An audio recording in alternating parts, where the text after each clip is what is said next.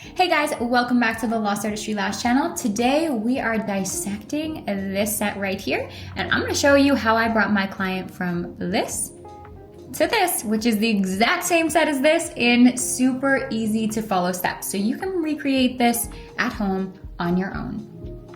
Let's get into it. Let's look at the set. First things first, you're gonna wanna be familiar with creating wet lash spikes. A lot of these wispy styles require the knowledge on how to create wet lash spikes. If you do not currently know how to make them, please comment below and let me know and I will send you a tutorial. Trust me, it's easier than it looks.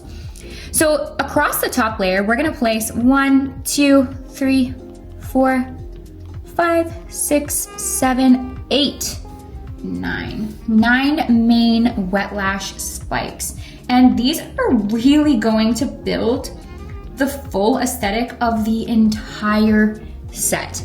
Lengthwise for these spikes, we wanted them to be quite long and dramatic, so we're keeping them long. My shortest spike is on the inner corner. It's actually an 11 millimeter. Then I went up to 12, kept it at 12, 13, 14, and believe it or not, even though this one here looks quite a bit shorter, it's also a 14.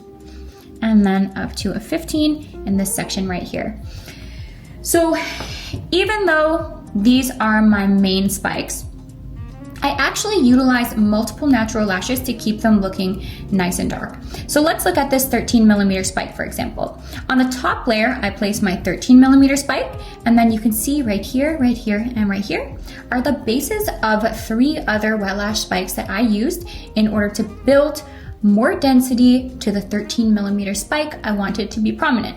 Now, if I did all 13 millimeter lashes for this, the tip would not be pointed like this. So instead, I bumped down to 11, 11, and 11 right beside it, using the exact same spiky lashes and just directing them into one another. Now, it looks like I directed them in quite heavily, but honestly, they're pretty well placed straight. So you don't have to get too crazy with your directional placement. And I did that for all of the main spikes here. So follow that exact same formula. This is my 14 millimeter. I jumped down to 12 here and here. And that helped me build my spike. And just continue that across the entire eye as you work through your spikes. So I first built those. I always, for my spike sets, I build the spikes first.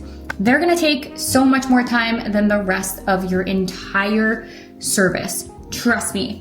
Your spike building is probably gonna take like an hour and a half, and the rest of your set is gonna come together much faster than you'd think. So you're gonna feel very discouraged if you haven't tried a set like this before by the timing that your spike building takes, but the rest of the set comes together in like 20 minutes. It's actually insane how fast it comes together. So after my spikes were built, all I did, so my spikes, firstly, not finished on the spikes. Sorry, got ahead of myself. So my spikes were done with wet lashes. The reason why they look so dense and dark all the way to the tips is because I used 0.07 diameter for all the main spikes. That kept them really dark. But look at the difference in the tip of this spike versus that one. Why is it like that? The reason why is because I then went in,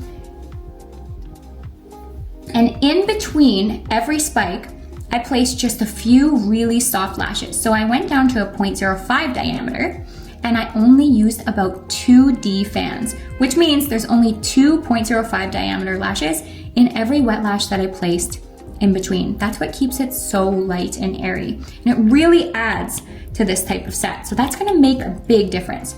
Versus for the 0.07s, I went all the way up to 6D for the set. So 6D 0.07 is gonna look a lot darker than 0.05s in 2D. Okay, so when it comes to creating the wispiness of these little tiny fans, I simply just placed multiple lengths next to each other. So I have a 14 and a 13 here, I placed a 12 millimeter here. I have a 13 and a 12 here, believe it or not, I actually placed a 14 here. There's really no rhyme or rhythm to the lengths that you choose to use for these really tiny fibers, really tiny wet lash spikes. They're just adding a little extra wispiness. So you can get creative. And honestly, guys, if you place a lash and when you look at it later, you're like, ooh, I don't like the way that looks, just remove it. I do that all the time in my sets. So after I've filled the entire top layer with my spikes and then my little wispies, that is my top layer mapping. If there's any more natural lashes across the top layer, you're not gonna believe this. I'm not going to cover them at all because as soon as I start filling those lashes with extra lashes, I'm gonna start losing the spikes. I'm not gonna be able to see them. So for the rest of the set, I'm actually focusing just on the bottom layer. So you're not gonna be able to tell that this isn't a full covered set, but it's definitely not 100% covered. And truly with sets like this, I 90% of the time only cover like 50% of the lashes. I know that's crazy, but I swear to you, it is the key if you actually want your set to look like this. So that's my entire top layer. Okay, so getting into more of the details on those spikes again. Sorry, I keep jumping around here, but these main spikes, this one right here, this one, and this one. So I already mentioned they were done with 0.07 diameter lashes, but something that I didn't mention to you is that they're actually pre-mades. Most of this set is actually pre-made lashes. Can you believe that? So these are our pre-made spikes. That's why they look so perfect. And I honestly just bundled them together and they created this nice dark effect. So if you aren't familiar with making wet lash fans, then the pre-made spikes, just go for it. But you can create this look with handmaids or with pre-mades. Just know that if you're a pre-made fan lover, then you can still create it.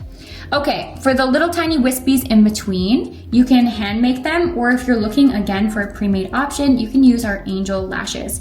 I did use B curl for all the little wispies here in our matte collection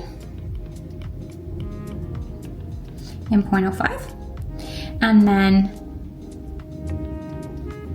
pre-made spikes. But my pre-made spikes were in C curl. So C curl for the spikes, B curl for the rest of these little lashes, and then for the base, I actually used J curl. Straighter lashes are definitely becoming way more popular. I highly recommend you get comfortable using them. And J curl was used across the entire bottom layer. And I just used pre-mades for the whole thing. I used J curl in our wispy pre-mades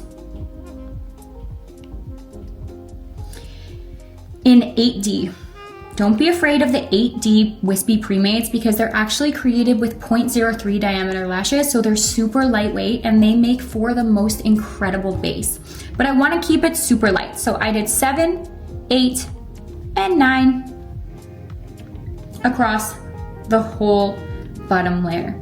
And that is completely it when it comes to creating this top layer lash mapping. If you have any questions about it, please do let me know. But before I let you go, I'm just gonna quickly talk about the bottom lash mapping because I feel like with sets like this, the bottom lashes really add a little something to it. I'm actually gonna drop a bottom lash course very soon, so let me know if you'd like to be notified when I launch it. But in the meantime, this bottom lash mapping consists of 1, 2, 3, 4, 5, 6, 7, 8 lashes. 8 lashes, that's nothing. It took me like under 5 minutes to do it. And my mapping just looked like this. 7, 7, 5, 6, 7, 5, 6, 5. Boom. Bottom lashes, done. We're actually gonna be coming out with a bottom lash tray in the very near future, and this is what they look like. They're gonna be a completely different curl, very straight, and specifically designed for bottom lashes. Because honestly, guys, even B curl can sometimes be too curly for bottom lash extensions. And that sums up today's lash set. I hope you enjoyed it, and if you have any questions, let us know. Otherwise, we'll see you in the next one.